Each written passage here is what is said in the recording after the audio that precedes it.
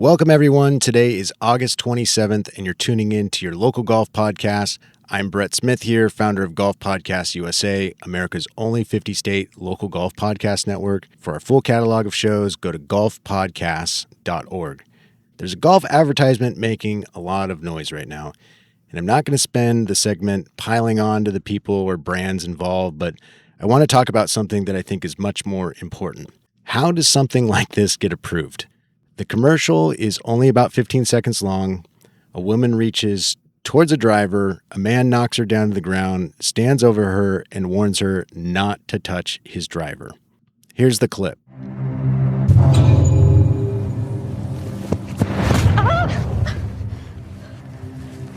Do not touch my new driver.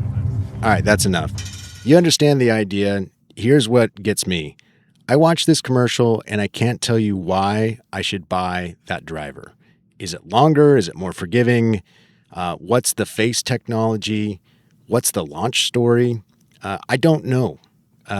What I remember is the controversy.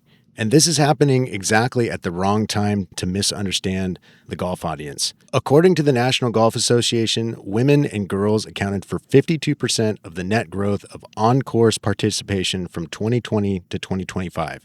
That's more than 8 million women now play golf on course in the United States. So forget the outrage for a second and look at this strictly as advertising. Who was this supposed to persuade? And here's the part that really interests me as a business operator. The equipment company's CEO acknowledged that the company itself approved the advertisement before it was posted. And as of today, the company has gone even further and ended its relationship with the creator brand. Just think about that. Think about how many opportunities there were for a guardrail. Concept, production, edit, brand review, final approval. At some point, somebody needs the authority to say, stop. And that's particularly relevant to what we're building with AI Media OS. AI Media OS today is a post-production system. It takes finished media and handles the transcription, the titles, the descriptions, the metadata, the artwork, the packaging, the distribution, the verification. In other words, we're building a machine designed to move media very quickly. But there's another side to that. Speed without governance is just a faster way to make a bigger mistake. That's why AI Media OS is a harness around what I call Lake Street OS, or LSOS.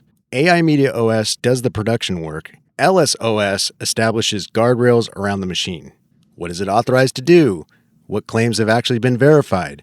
Which brands can this piece of media represent? Which channels is it allowed to touch? What requires additional approval? And most importantly, when does the system need to stop instead of publish? Because a guardrail that just throws up a warning isn't much of a guardrail. Sometimes the answer needs to be no. And now we're building another capability for what happens when the guardrail still fails. We call it crisis mode, because eventually something will get through, humans can make mistakes, AI can make mistakes, editorial decisions can be wrong. Crisis mode is about being able to freeze distribution, determine where an asset is gone, retract and replace, preserve the evidence, and verify that you've regained control of the operation. And that's really my takeaway from this entire story. The test of a modern publishing system isn't only how fast it can put something everywhere, it's how well it's governed at that speed, and how quickly it can regain control when something goes wrong. You've been listening to the Golf Podcast USA Network. See our full catalog at golfpodcast.org, or simply Google your state and the words Golf Podcast to find your local show. I'm Brett Smith. Thanks for listening, and always remember to tip your cart staff.